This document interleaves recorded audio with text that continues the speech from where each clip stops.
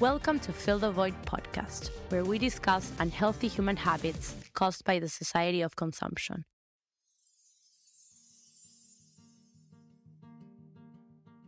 Hi, everyone, and welcome to Fill the Void podcast. Today, our guest is incredible Olivia. How are you, Olivia? Again, we're meeting again. Yes, hello, I'm doing great. Very excited. Today, I have many topics in mind, but first, I want to talk about heartbreaks because it's something that happens to all of us. And the other day, I was literally reading on Reddit conversations of people saying about their experiences with heartbreaks. And I was like, everyone has experienced a heartbreak once in their life, right? And sometimes it leaves a mark that is very difficult to heal. So what can you say about this? And what is your experience with heartbreaks? Yeah, I always love the reframe that the heartbreak can really break you open. It's really a time for you to be raw, to feel all the feelings, because oftentimes it's more feelings come up that are not just the breakup, right? Or the heartbreak Yeah. itself. It's those versions of us, that really want love, that feel alone, or those versions of us that, want to come back and be heard and be seen. So really, I always say like heartbreak can really catapult you to knowing yourself on a deeper level. And yeah, It's true. I like that. Like a heartbreak or when something maybe traumatic happens to us, in reality, it's an opportunity for us to look oh, into ourselves, right? yeah, Yeah, and also like how meaningful connections are because in reality, we humans are seeking for connections everywhere. totally. Yeah. So the only way of fulfillment sometimes is when we establish a connection. What do you see on your clients with these things, like connecting with others? What's your experience? Yeah. I think too, like tying it back into post heartbreak, right? Like a lot of my clients are post divorce, right? Yeah. And it is this traumatic moment where maybe you were together with someone for 20 years and you feel like, wow, I didn't even know that person, right? So it's a huge shock to, your system. It's a huge shock to how you view relationships. So it's like, how can you start to approach dating and putting yourself out there in a way that is authentic to you, right? In a way that is not, maybe you realize what you valued 20 years ago is completely different, right? And I see this even, Yeah. a relationship that maybe was 6 months, right? You may think you know someone, but really it's this active, getting to know and always checking in with someone of like, Yeah. how are things? How is the connection, right? Is there a disconnect? Oftentimes we don't even want to ask the question because we're afraid to hear the answer. We're afraid of the outcome or what may happen if we get an answer that we don't want to hear, right? Yeah. People are very, I always see that we are most of the people are very afraid of externalizing or vocalizing what it's happening to them inside because of the reaction that or what's going to happen outside. What is your advice regarding this? Ew, in regards to like the To like reaction or how to, vocalizing or how to not be afraid to talk about our feelings. yeah.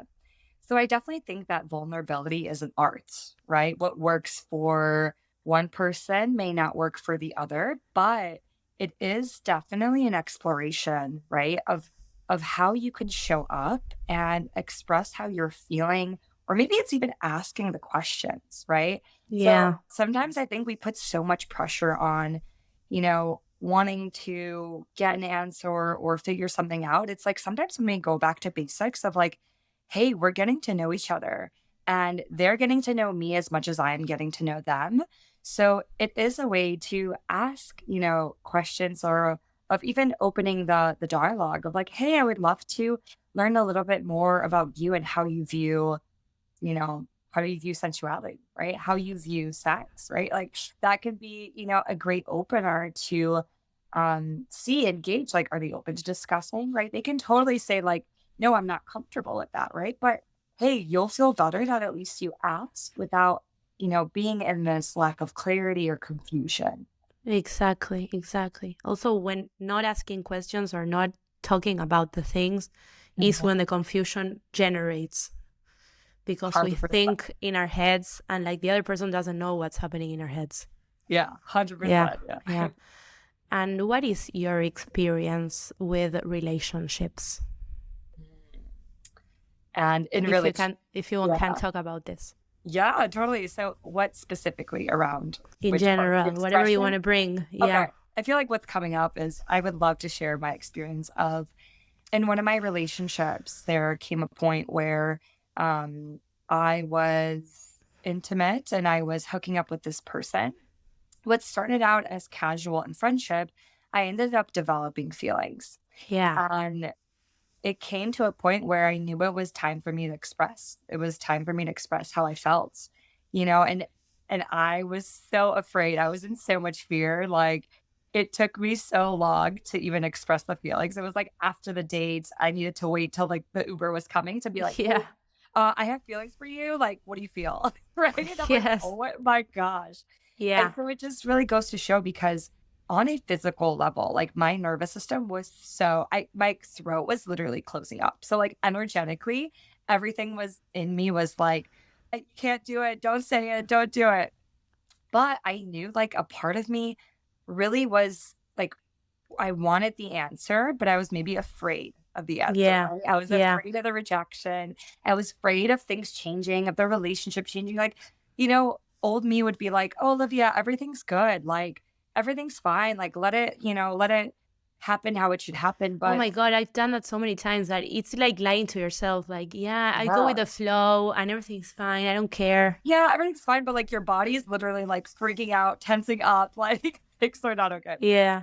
So I think that was a huge lesson for me of I felt my throat closing up and my energy, it was uncomfortable. Like, granted, I've done so much work, like those moments will still be uncomfortable, but Yeah. it's how I approach them, right? Like after I did it, I was like, oh my gosh, like sure, there was some sadness because maybe the outcome wasn't what I wanted, but I was so proud of myself. I was like, holy shit, Olivia, like you said what you felt and you really showed up for yourself. And I will tell you that like that that experience, that feeling was really what helped me step into my power, right? Knowing that like, I did the thing that I was really on my heart. And, maybe, yeah, maybe there's still some sadness, right? But I wasn't upset that I kept quiet. Right. Yeah. Yeah. Yeah. And this is so common. I was thinking, like, even with more us women, that maybe we are afraid to ask the question first, or who's going to say first that Uh-huh. they are more in love or like getting into the person, right? So I know there's no recipe for this, but what's Yeah. your recommendation for a woman that is in this situation and she doesn't know what to do? Because sometimes we're afraid that if we say Mhm. something first, we're going to scare the guy away or something. Totally. Yeah. So, yeah, I find that, in my past experiences as well as with my clients, a lot of my energy was so much in my mind, right? And there would be this looping of like, do I reach out? Do I not? Da, da, da. Yeah. I should reach out, blah, blah, blah. How much should I wait? Right. And when I realized like I had enough self-awareness when I started doing this healing work is, when is my mind going on loop? And what is it really asking me? Right? Is it an emotions I'm trying to escape? Or is it me not wanting to be the bigger person and be mature, right? Be mature to ask the question, even if I might not like the response, right? Exactly. I like that. It's like detecting when your brain is entering in that loop, Mm-hmm. because Huge. Yeah. that's when you have to stop that. Yeah. It's like, how do I stop the loop? So either I need to take action and express myself, or I need to let it go and move on, right? Perfect. Yeah. And yeah, personally for me, it's someone can say like, oh, well, like, the man should be the one asking or taking action. The less you focus on what's right, what's wrong, but what does feel true to you, right? Yeah. If you asking the question, you know, if that helps the looping to stop, if that gives you the clarity, then yeah, it should feel like you got something off your chest. It should feel like, wow, I needed to express that, right? Yeah. And also, I want to give an example. Now, I feel there's women that have more outward energy because they're like working all day as a man and Right. going and doing all the things. Because in reality, in past times, women were we were created to just like have babies, right, in the tribes and like take care and be like mothers. Yes. But the world now makes us have this attitude that in reality it's like going out, like outwards, going out there Mhm. and like making money and this and that. So I see this even with with friends of mine, that they're like this kind of women that work, etc. And then they find it difficult to establish relationships with men. Yeah. What's your view on this?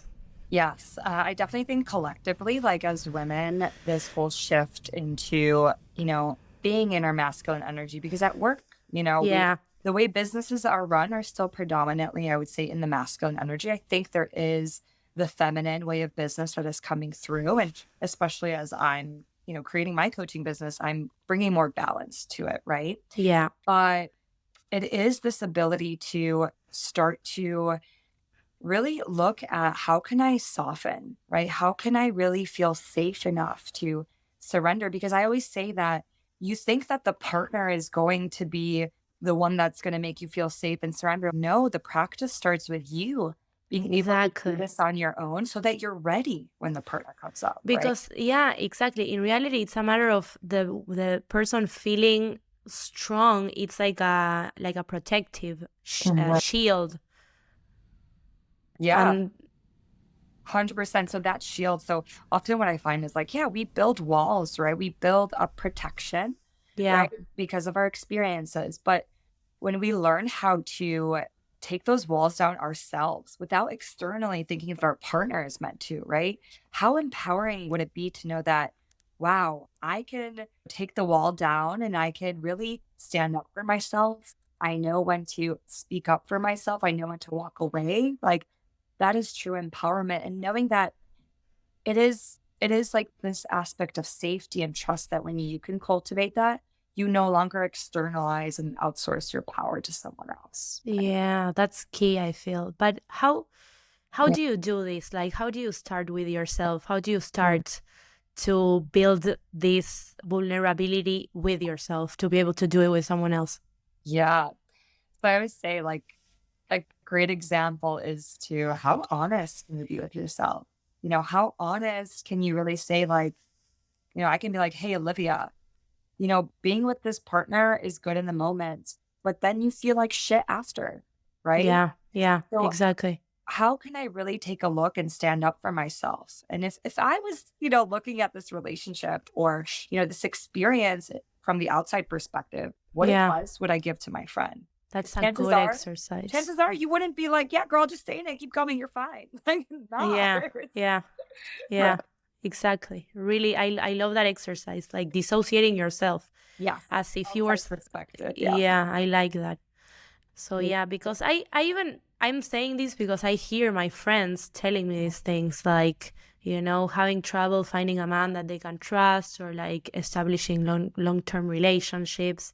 And Yeah. sometimes they're like, "Oh, but I don't understand why this is happening." And even sometimes you feel that you've done the work and you're looking into yourself, but it still doesn't happen, you know? Totally. Yes. So I don't know if that's because we are not fully honest with ourselves or why. Yeah, yeah. So I would say a lot of my journey too is I was the girl trying to figure out what was wrong with me, right? I had such a fixation of like, what am I doing wrong? What is wrong with me? Where I also had to pay attention to is that my mind, right? Is that my patterns of, that critical aspect of my personality or a part of me that was preventing me from allowing a partner to come in or receiving a partner, right? So Yeah. yes, there's a level of self-awareness, but I think in it amongst the conscious community, like if you're doing your work and you're becoming more self-aware, there comes a point when you're just kind of like, hey, like this is me. Like this is me, take it or leave it. I'm so happy with my life that I would love a partner to add to it.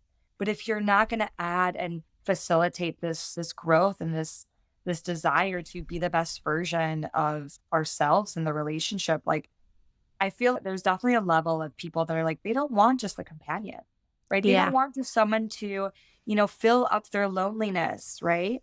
Like I mean, me personally, I have big dreams. I want a partnership that is going to be my match, that will challenge me, that will be like, hey, Olivia, maybe you could like take a look at this, right? Like, Yeah. Yeah, it, exactly.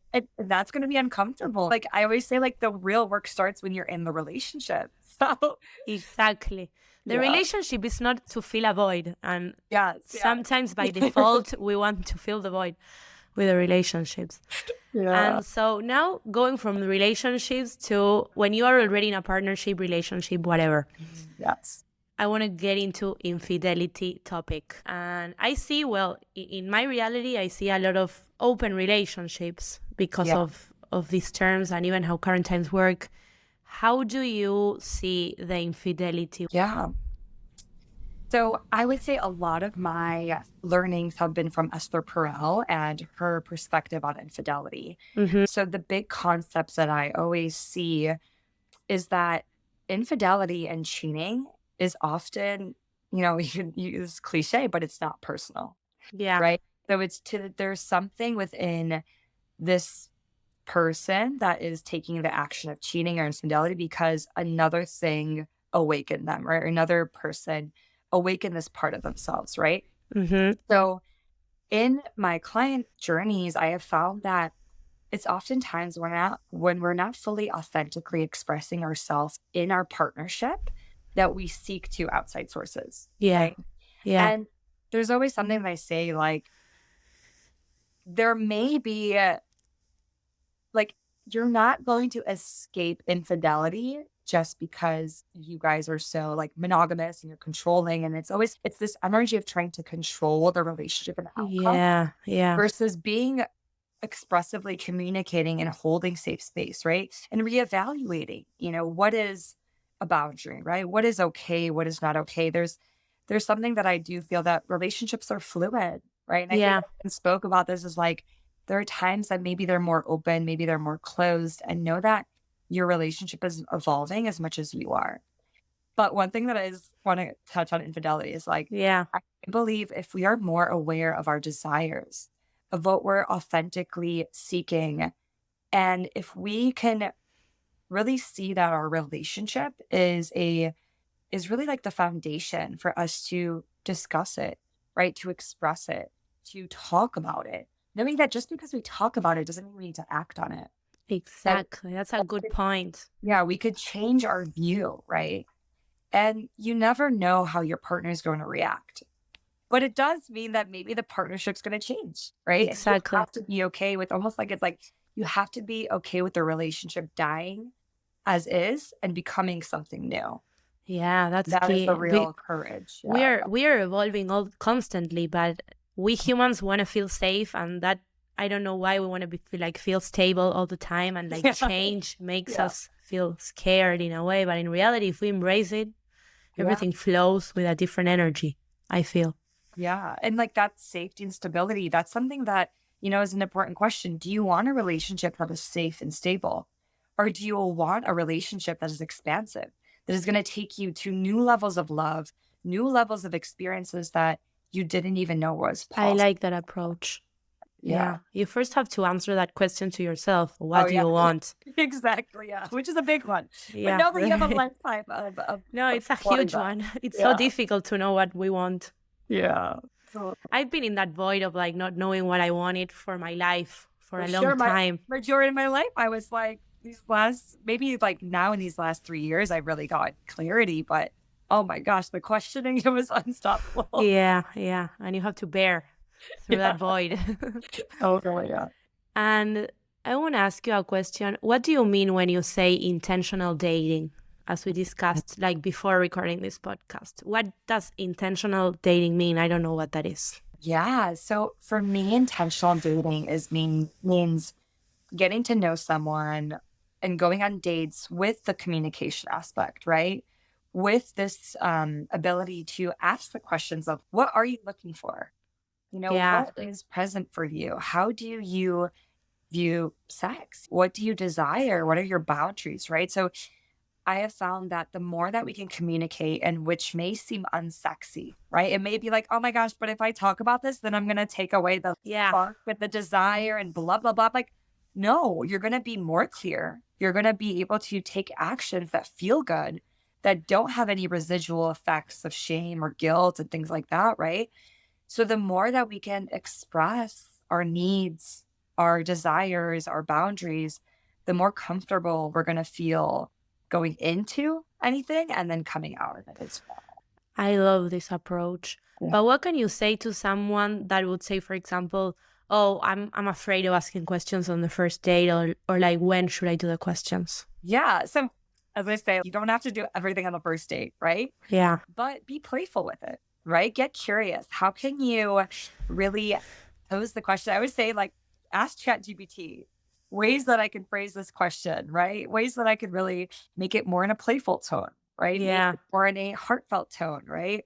So it does take practice. I always say vulnerability is a muscle. Yeah. So practice, right? These dates, these experiences are a chance for you to, see what questions felt good, right? See Yeah. what, and you'll notice, sure, like maybe you can't control someone's reaction, but that will give you the clarity of if this is in alignment or if not. Exactly. And it happens then quicker, right? You won't be Yeah. in something for 3 months in a situationship where you have no idea what someone wants. Like that is a pattern of being in this anxiety, right? In this like rush. It's almost like that love addiction, right? Oh, well, you don't know what it's gonna be and like da da da. But it's like, Yeah. no, this is not healthy. This is a trauma response.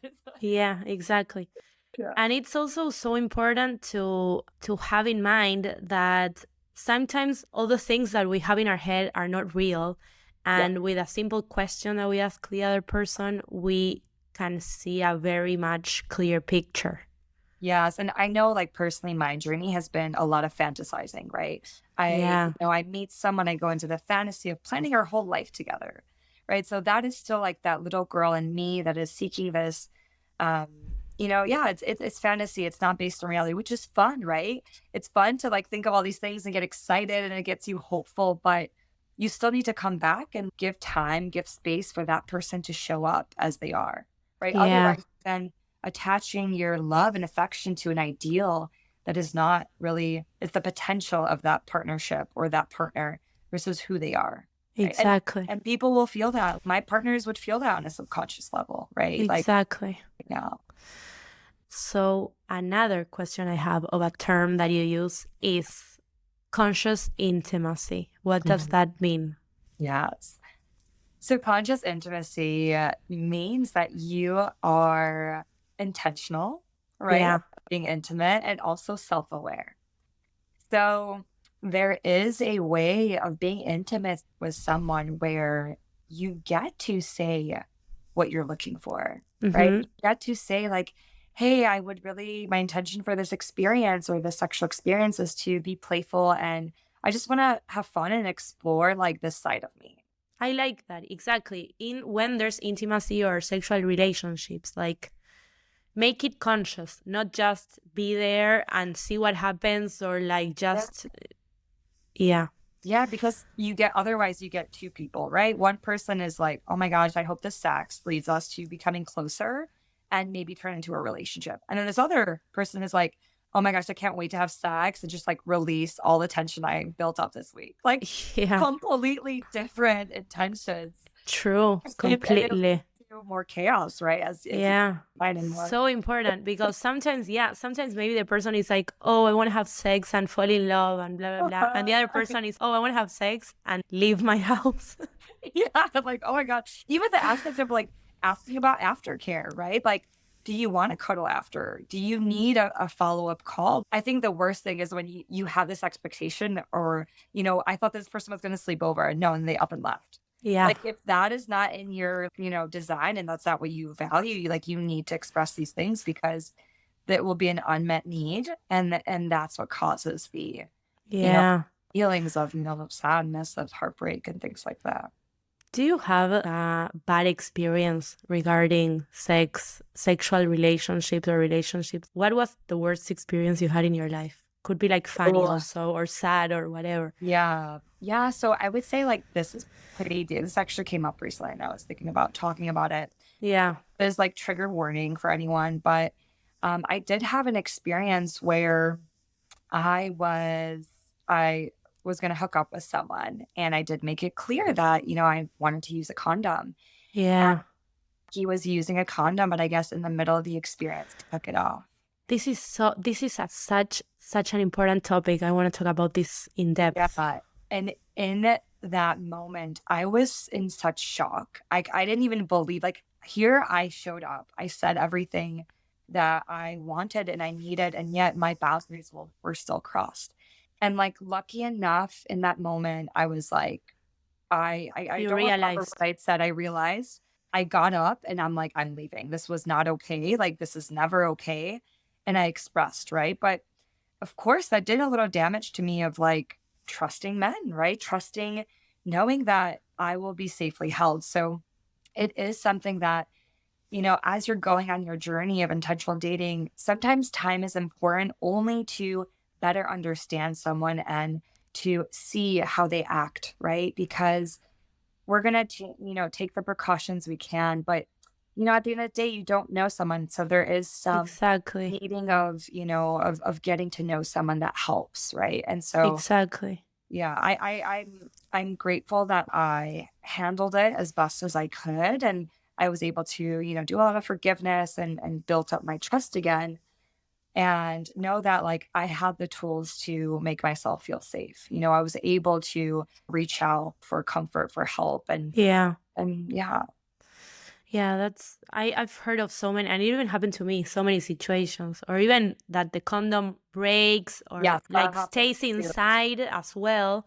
course, And yeah. sometimes you don't even know if it's because it happened on purpose or not, It's like a shady moment in It's like, yes, reality. yes, yes. It's a very, yes, shady, correct. And sometimes, yeah, like that shady moment, it happened to me that I didn't even say anything because I don't know. So I thought like in my head, like, oh, better I don't say anything. But that's worse in reality. It's worse, but you know what? You were probably in the freeze mode, right? So there's the freeze, fawn, and it's a trauma response, right? So Exactly. our nervous system, and based on our upbringing, you either fight, flight, right, freeze or fawn. And so the more aware that you can become of these experiences and complete the stress cycle, right? That's a lot as we talk about. Yeah. Yeah. So in the end, how? Yeah. So did you find a way to? No, in reality, I just didn't do anything. And then I think I even repressed the Of thought. course, yeah, And because I never thought about it again, as yeah, because I know that thinking about that maybe will be like, oh, I don't know what happened, this, that, blah, blah. And sometimes you don't even want to think bad about the other person, you of know? course, yeah, totally, yeah. So I think I even repressed that. And I've done that with many things that happened in my life, like my safe shield or like my safety reaction Mhm. is repressing. I repress the things as if they never happened. And Totally. literally, I can't even forget. Yeah. And and So, and there yeah, is, like they say, like part of repression, right? And memory, there is a beauty in not remembering everything, right? Because if we constantly remembered all of our traumatic experiences, we wouldn't be able to live life, right? We wouldn't be able to go through life. exactly. So Exactly. yeah, so yeah, thank you for your vulnerability and for sharing because we need to have these conversations. And Exactly. personally too, I needed to forgive that person as well. I needed to forgive him that he has no boundaries. He never probably learned about boundaries. Like, I can only imagine how in his life his boundaries were probably crossed by his parents in his life. And it's like it's no excuse for his actions. But what this does show is as a collective, we need to learn. We need to learn Yeah. to treat each other with respect, to feel safe again in But relationships. that is a level of emotional intelligence that you have, that you are able to put yourself in the shoes of the other person and understand and be empathetic and compassionate that maybe the other person didn't learn, Oh, etc. but trust me, before that, no, I needed to get the anger out. I needed to fully express all the emotions of that situation. And yeah, there were periods of course, I was mad at men. I was like, oh my gosh, like, but I needed to express that to release it and then be able to come back to like, okay, well, what did this teach me? This did teach me. That's the important part, because also when something happens like stimuli of bad, good, whatever, we have to get angry Yeah. and go through the anger and then pass to the other emotion and to the other, and everything is like a wave to then be able to heal. Sometimes we want to shortcut this journey And that's the problem, when we Yeah. shortcut the journey because we're feeling angry and we want to like feel good. So we drink alcohol or something Yeah. to The numb it. cut it out. Mhm. Yeah, in reality, we're going to feel good in the moment. But then these things that don't heal manifest in other ways at some other points of our life. Yeah, 100%. And like that as they say from the book, the body keeps score, right? The body Yeah, remembers the trauma. So you may be in this moment, but then later on it's going to show up in other ways because it needs to be exactly. expressed. It needs to come up. Exactly. So no matter how much you're filling the void, it's going to catch up. So maybe, Exactly. so yeah, but, What is that term that you were saying about the body, the scar? or yeah, so that's a beautiful book, The Body Keeps Score, and it just talks about how yeah, all these traumatic experiences, the memory lives within our body. And you can think of it as like on a cellular level.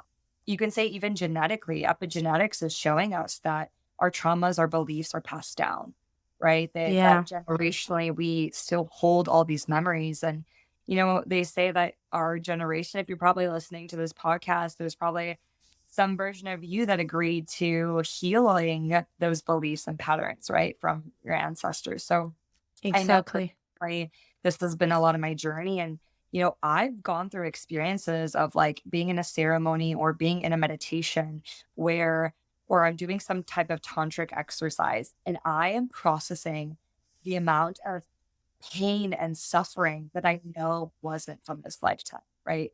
That maybe it wasn't even mine, but it was maybe, on my maternal lineage or my father's lineage, right? So it is, it's such a, it's fascinating to know that there is so much wisdom that your body has. And actually, that's like majority of the work that I'm trying to bring in is with my workshop is like your body has so much wisdom. There is so much memory held in the body. And like we're just now tapping into all of this.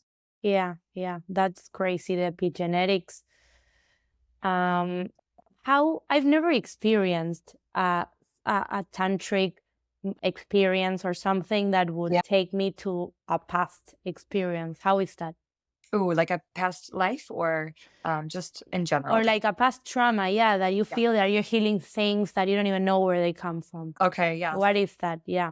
Totally. So I can give the best example is tantric massage. So any type of yoni massage, penis massage. Specifically, I found this in my yoni massage work. So I'll talk about my experience. One of the most profound ones I had was when I was receiving the yoni massage. And it's this way of really seeing that intentional touch that is not used to get something from you, that is actually used to bring parts of you back online. And that you can, going into that experience, my intention was to surrender to the masculine. Okay. Like, I was like, oh, Wow, shit. that's incredible. This is gonna be a big one. I was like, oh shit, like this is I've gonna be never interesting. heard like receiving touch, but like with nothing, like without wanting something from that. Mhm. This is purely for the body to express how it wants to express, for the touch to be used in a healing way, right? And so in the yoni massage, like it's like, okay, so if you think about it, it's a muscle, right? Your vagina is a muscle and there's Yeah. tension in certain places, right? And through releasing the tension, the trauma can be released as well. And in the experience, I remember I was like, it was not painful, but it was uncomfortable.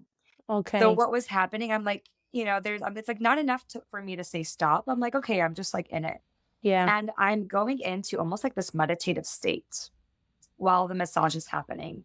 And all of a sudden, I like literally let out a guttural like cry. It's almost like this deep Wow. sadness that comes up. Yeah. And also this was with one of my lovers where he was like, I asked for him to hold space. Like, Yeah. I also say this that you don't need to be in a long-term partnership to do this. You can do this with someone that you feel safe enough with. So this like emotions coming up, and all of a sudden I hear like it's almost like this out-of-body experience where I'm saying sorry to myself. It is me saying sorry to me Wow.